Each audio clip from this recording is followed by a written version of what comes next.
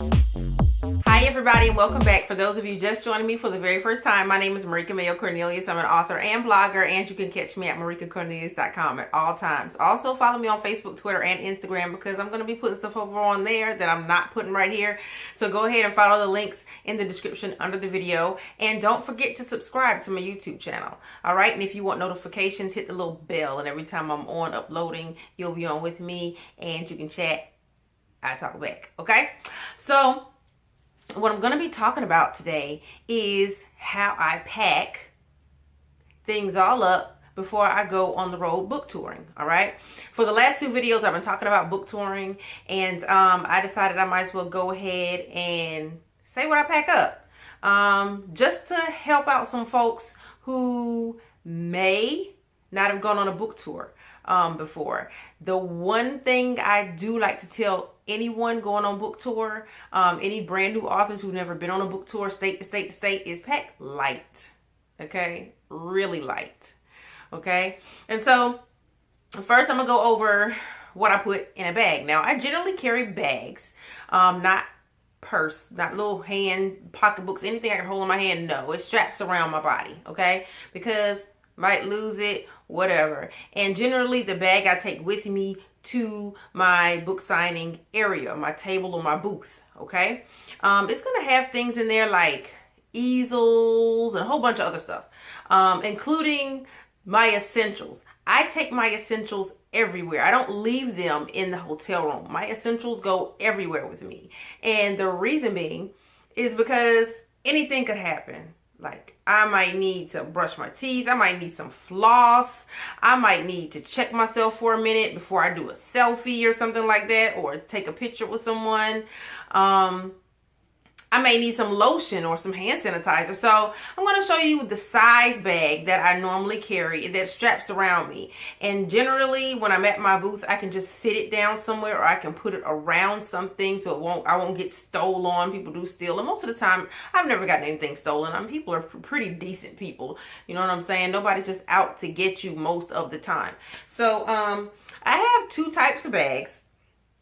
One's a lot bigger than the other bag, depending on how far away I'm going from my home or whatever. But most of them, most of the time, they can carry everything in it. Okay. So here's the first bag, and you can buy these bags. They don't cost much. I would not go and spend a whole bunch of money on a bag. Okay. It's not that serious. All right. But this is a nice looking bag. I get it, and it'll go with the outfit or whatever. And as you can see, the straps in the back, it can go on my back. Okay. And there's a little buckle here. Not a little buckle, you know, one of those little clip on things or whatever. I don't know what you call them, but it'll open up like this, give you more room. See, and then it can go back down. It unzips here, and then you open it up, and you have a pretty nice sized bag. Okay. And there are little pockets inside this one, and then you have pockets on the side and all that good stuff. Okay, this is where I would carry, you know, my feminine essentials, and everybody knows what those are. Anything you can imagine, but it's going to be in travel size. All right, now my other bag, I already have some things packed in this one. I try to keep things packed in full. This one's empty, but before I go on the road, I'm going to show you exactly what I use. And you can get this from any drugstore. My favorite drugstore of choice is Walgreens. Okay, but here's another bag that I carry. Okay, and I carry it because it's a little bit bigger, and it has this pocket inside of it. Okay, so you can separate it from the other things that you're going to have in the bag. Okay, it also has a bag in the front for snacks. Something for a little, I don't know, whatever you want to put in there. Your Sharpies that you should be carrying if you're going on a book signing, and things of that nature. So without further ado, the first thing that I always must carry with me is my hair essentials. Okay, I wrap my hair at night because, like I said, I don't comb. I said previous videos, I don't comb through my hair. I'm an African American woman, so, and I have, this is a natural style, okay? So I just twist it up or whatever, do whatever I want to do to it. And to keep the moisture locked in, I have to use a satin scarf. And I also bring something like this just in case, you know, I lose one. All right, so that's in my bag. I think minimalism when I travel. I always think minimalism, and so if I want to just change my look up really, really quickly, I don't pack a lot of clothes, okay? It's only, but most book festivals are only 2 to 3 days. So I might pack maybe like something that I can get 6 outfits out of. And the reason I say 6, because they might have something for authors later on that night or whatever. Everything isn't just right there at the book festival. Okay, you have your book festival clothes, but then they might have something where the authors might want to go and mingle or whatever sometimes at night. So I want to take clothing that will mix and match with other things. Like if I have a white blouse or something like that, I might have jeans and I might have some slacks, but then I'll change a shirt or whatever. So I won't have too many clothes. I won't go pulling out. I won't go into my closet and pull out like 12 different outfits. No, I want to mix and match. I want to be as minimalist as I possibly can, okay? And this is why I have these. This is actually 3 different bandanas. They're multi-purpose bandanas. And I tie them up like this so I won't lose them, really. I have black and I have everything else, but right now I have like springy colors in it. So this one, it can actually act as a scarf and change the look of your outfit. Or you can put it on your hair, around your hair. You can pull up in a ponytail. I like the colors on this one. So I have my spring and I have my winter colors. Also, I have this this one right here is stripy and this is pink, okay? But as you can see, it'll change your look, okay? It'll change your look really easily. So always keep something that's small but can change the look of an outfit. That's what you're going for, okay? I don't take a lot of medication, okay? I don't take medication, period. But I always keep, just in case something crazy happens. Generally, what I do is I take some ginger. I don't have it with me. I take a piece of ginger root to pop in my mouth if I feel stressed out, or some walnuts because they have a lot of magnesium and copper in it or whatever, and that helps to de-stress you. It keeps your body relaxed and you get a good night's sleep, which you're gonna need if you're on the road. So that'll go on a snack pack in my bag, okay? But for emergencies, you can stop at any little gas station or drugstore or whatever and pick up just a little bit, you know, just in case. You can see they're still in here, okay? It's probably expired. Gotta get some more. But yep, that's my Tylenol just in case something happens and I need a quick pain fix. This is something you can get from Walgreens. It's like $2, okay? And the reason I get this is it has a toothbrush, the toothbrush cap, and it has a little tube of toothpaste. You can refill it. And that's the reason I have this. They sell them without it being in this little plastic container, but the container can be used for a lot of different things. And so why not? You can reuse it if you need another toothbrush. Like this is a brand new toothbrush. I haven't used this or anything like that, but it's always there. So when it's time to go, it's just time to go. I'm always packed. This is very good. I also have something else that comes in a pack. Always look for packs because you can use this to actually store money or anything else so you won't lose it. And it also has a little loop. Y'all, $2, you can't beat this, okay?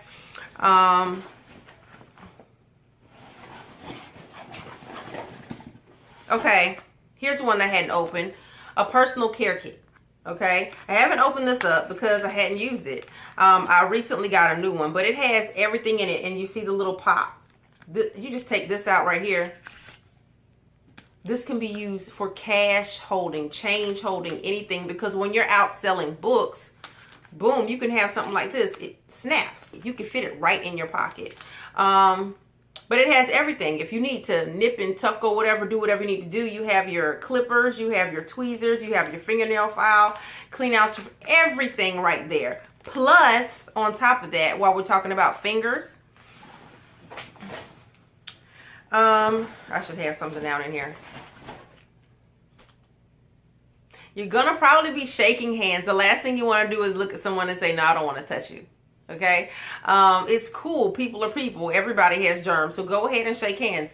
But if you're feeling paranoid, before you go and eat or whatever, here's some Purell. Here's some hand sanitizer. Always have it with you at all times. Pack it up. So here are some of the essentials that I always have in my bag when I go on book tour. And I do have one more thing.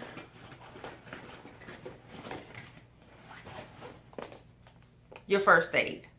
I've never had to use this, but I bought it because it has, let me see what it has in it. I've never opened it. It has the 2 Johnson & Johnson hand cleansing wipes, gauze pads. You have 2 of those, 2 Band-Aids, 2 Band-Aid fabric adhesive bandages, and 4 Band-Aid flexible fabric adhesive, and a durable plastic case. Now, let's say I did open this case would be mine, okay? Because I'm going to use this case. Honestly, if I ever have to open this up, it's probably going to end up being for makeup. Matter of fact, let me open it up right now just to see. Because I never...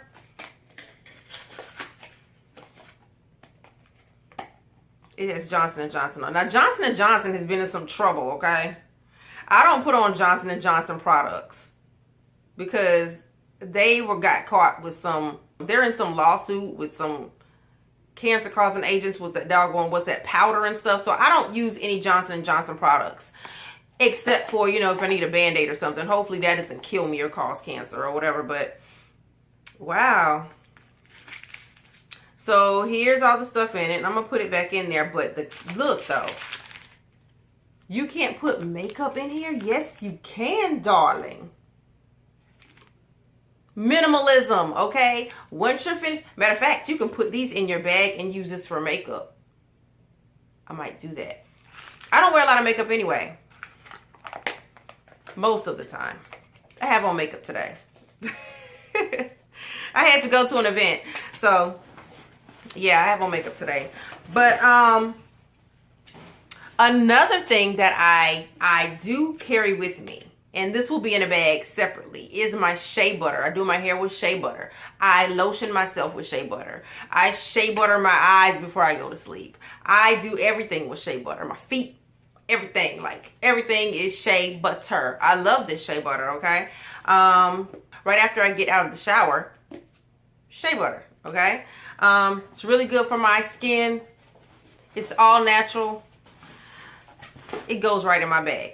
Also, now I don't take this big thing with me, but this is what I use to wash my hair and my skin. I don't like the strong ivory and dove everything. It dries out my skin. So what I do is I use the Pure Castile soap right here by Dr. Bronner's, and I either do almond or unscented. Okay, I think the lavender and all the other ones are a little bit too harsh for me, so I use this, and it's all natural. And it's really good. You can wash your hair to your toes, and it's good. Okay. You just pour some in a bottle. You don't even need a lot. For like, you can use like this small size in a little tube, and it'll last you while you're away because it's really concentrated. It's really good. It's really good stuff.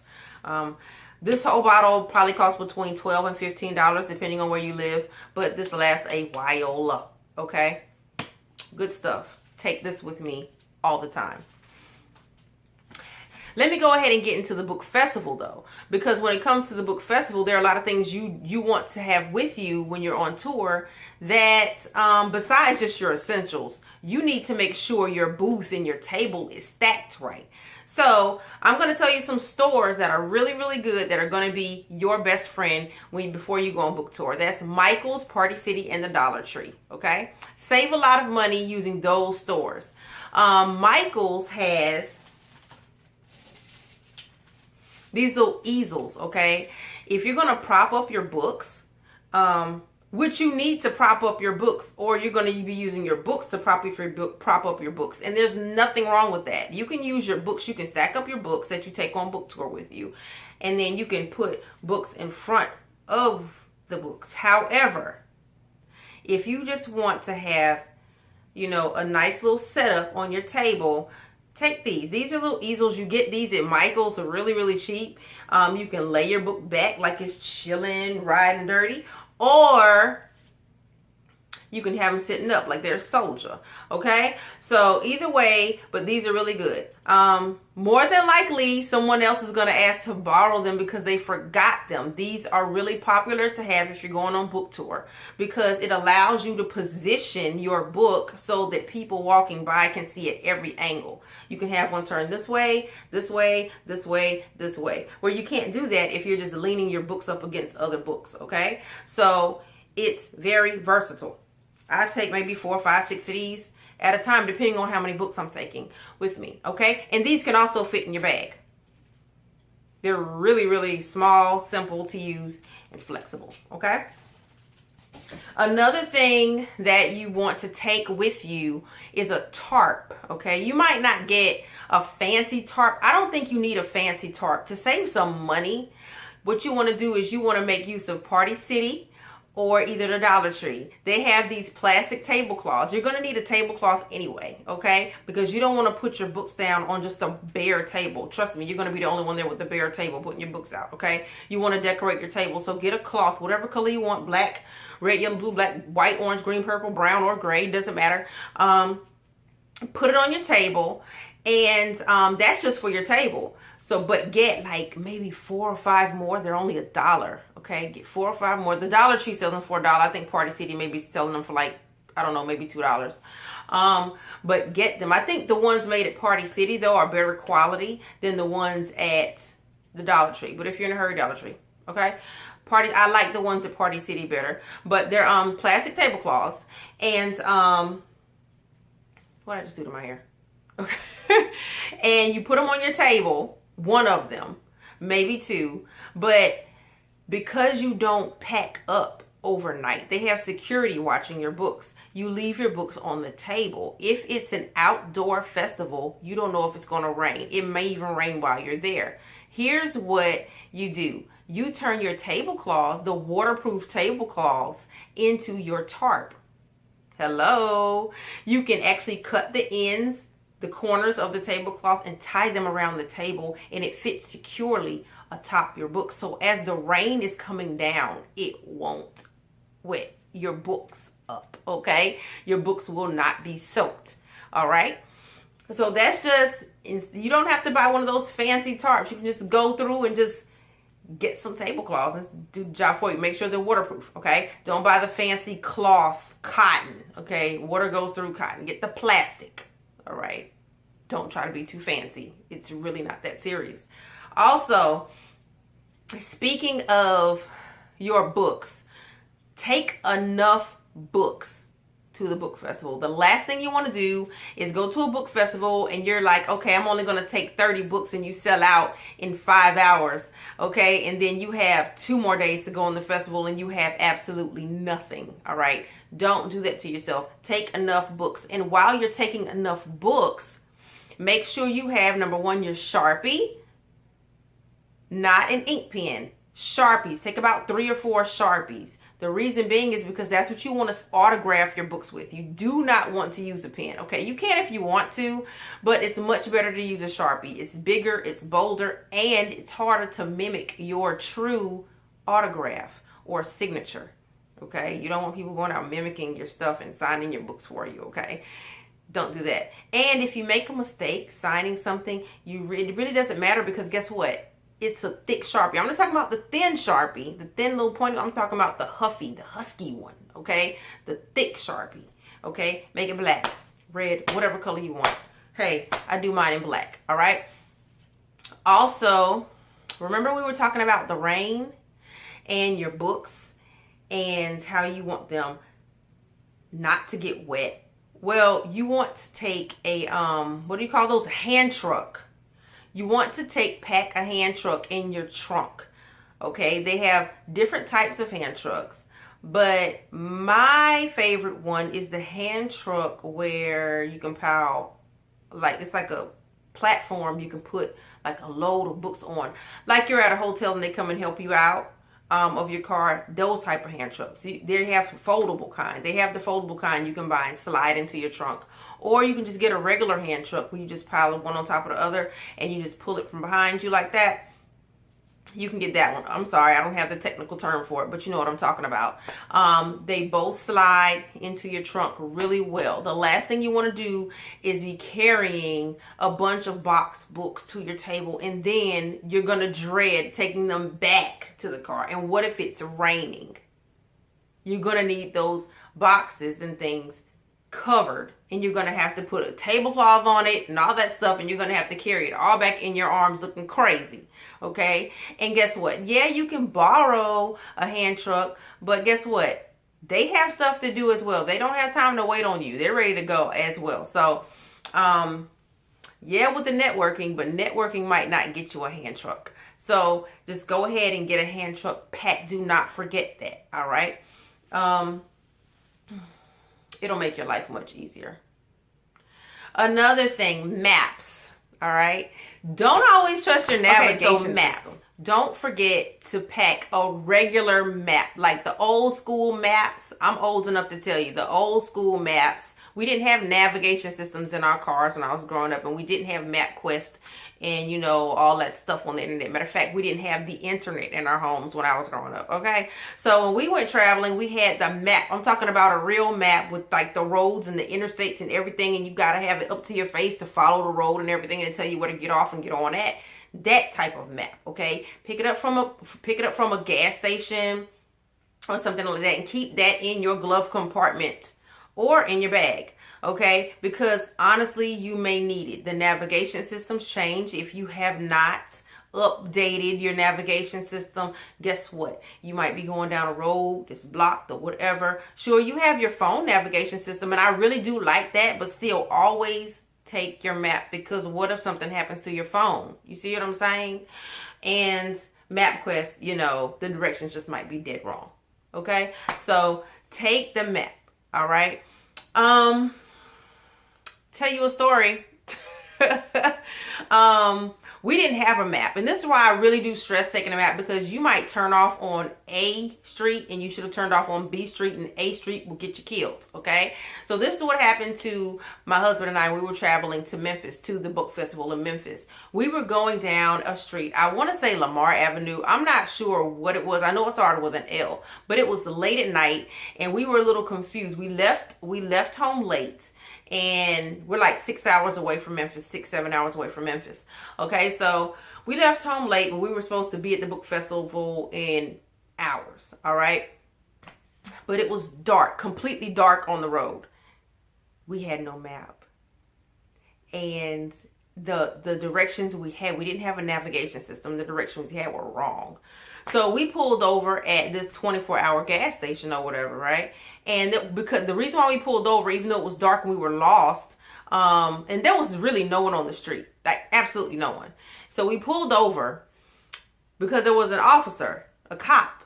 So we weren't afraid of the dark. We weren't afraid to pull over. We weren't afraid of the gas station. Nothing there really made us scared, except for one thing, okay? It's what the officer said when we got out of the car. All right. So we get out of the car and we're like, can you help us? We're looking for such and such. And before we even finished, the officer who was sitting in the car herself with another officer was like, why are you out of your car? And we're like, oh, we were just asking you some questions. We thought, oh my gosh, what's going on? No.